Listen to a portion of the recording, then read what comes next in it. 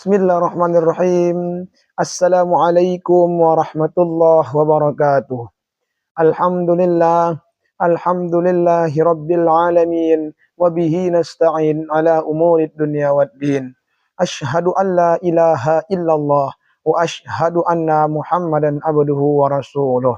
Allahumma salli wa sallim wa barik wa tahannan wa ta'azzam ala sayyidina wa maulana Muhammadin wa ala alihi wa sahbihi wa sallim ajmain, amma ba'du. Kaum muslimin yang dirahmati oleh Allah Subhanahu wa taala, bersyukur kepada Allah dengan mengucapkan kalimat alhamdulillah, bersalawat kepada baginda Nabi sallallahu alaihi wasallam dengan mengucapkan kalimat Allahumma salli ala sayyidina Muhammad. Berikut kepada keluarga-keluarga beliau, sahabat-sahabat beliau, serta pengikut beliau dari zaman dahulu sampai berakhirnya zaman. Saudaraku yang dirahmati oleh Allah Subhanahu wa taala, mengenang sosok yang paling agung panutan Islam, panutan kita selaku manusia, yaitu baginda Nabi sallallahu alaihi wasallam. Beliau adalah seorang yang paling mulia. Beliau adalah salah seorang yang paling agung, di mana Allah puji akhlak beliau dalam kitabnya, wa inna la'ala khuluqin azim. Sungguh akhlak baginda Nabi sallallahu alaihi wasallam itu adalah akhlak yang mulia. Beliau dicintai karena akhlaknya, beliau dibanggakan karena budi pekertinya yang luhur, sehingga beliau diutus ke muka bumi ini untuk menyempurnakan akhlak manusia. Saudaraku yang dirahmati oleh Allah Subhanahu wa taala, banyak sekali gambaran-gambaran yang dicontohkan Nabi sallallahu alaihi wasallam sebagai suri tauladan kita. Di antaranya yaitu akhlakul karimah. Beliau adalah salah seorang kebanggaan Allah, di mana Allah sandingkan nama beliau, Allah sandingkan namanya dengan nama Allah Subhanahu wa taala, yaitu dalam kalimat asyhadu alla ilaha illallah wa asyhadu anna Muhammadan abduhu wa rasuluh. Begitu agung dan mulianya beliau. Tapi jangan kalian berpikir dengan keagungan dan kemuliaan baginda Nabi sallallahu alaihi wasallam, beliau tidak diuji, beliau tidak diuji mentalnya, beliau tidak diuji pikirannya, bahkan beliau bertubi-tubi terus menerus diuji oleh Allah Subhanahu wa taala.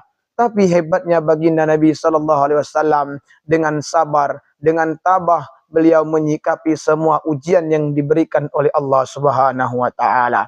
Kaum muslimin yang dirahmati Allah Subhanahu wa taala, salah satu di antaranya bagusnya Rasulullah sallallahu alaihi wasallam, yaitu beliau sangat membanggakan, beliau sangat memuji orang tuanya.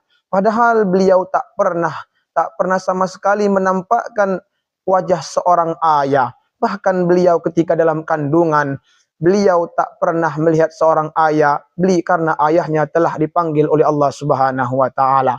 6 tahun umurnya, beliau telah yatim piatu. Tapi dikala salah seorang sahabat bertanya, "Ya Rasulullah, amalan apa yang paling bagus?"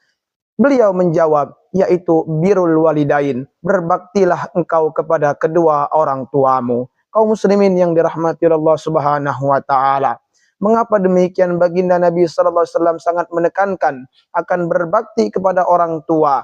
Kita lihat pengorbanan orang tua kepada kita. Kita tengoklah ibu kita.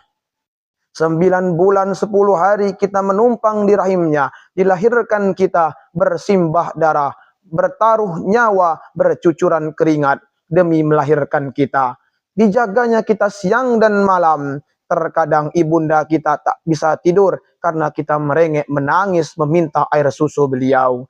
Di situ juga terkadang beliau tak bisa tidur karena kita menangis. Terkadang kita digigit nyamuk menangis, dijaganya kita ketika malam itu sampai terbit fajar. Kaum muslimin yang dirahmati oleh Allah Subhanahu wa taala, di tengah kesibuk-sibukan orang tua kita, di tengah ruah rintuhnya pekerjaan ibu kita, beliau masih menyempatkan untuk mengantar kita ke sekolah. Beliau masih menyempatkan untuk membantu seorang ayah. Terkadang seorang ayah, ekonomi seorang ayah tak memenuhi untuk menafkahi kita. Disitulah seorang ibu membantu perjuangan ayah untuk mencari nafkah. Kaum muslimin yang dirahmati oleh Allah Subhanahu wa taala. Jangan juga kalian berpikir sedikit dan kecil kasih sayang seorang lelaki tua, lelaki yang menemani ibunda kita, yaitu seorang ayah. Bahkan sekecil biji zarah pun tidak berkurang kasih sayang seorang ayah, sama seperti besar kasih sayang yang diberikan oleh seorang ibu kepada kita. Seorang ayah berkata kepada salah seorang anaknya, "Wahai anakku, bersekolahlah engkau, kejarlah duniamu, biarkanlah seorang ayah ini yang gagal akan dunia, tetapi engkau jangan sampai gagal dalam urusan dunia.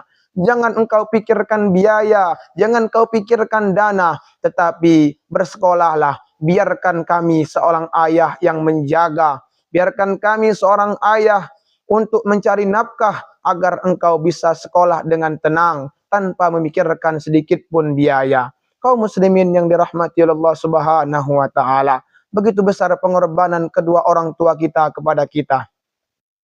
Tapi ironisnya pada saat ini, mirisnya pada saat ini, kejadian-kejadian yang tampak di masyarakat saat ini begitu sangat menyedihkan. Pepatah mengatakan, seandainya orang tua kaya, orang anak-anak diratukan, anak-anak dirajakan. Tetapi sebaliknya saat ini, jika anak-anak kaya, orang tua yang menjadi babu, menjadi tukang bersih-bersih di rumahnya. Bukankah itu rumah dari orang tua kita sendiri? Dikala kecil, orang tua kita membangun rumah itu agar kita tidak kedinginan ketika musim hujan, agar kita tidak kepanasan ketika musim kemarau. Tetapi ketika kita dewasa, kita mengusir orang tua kita, menjadikan orang tua kita seperti cleaning service yang tak berarti.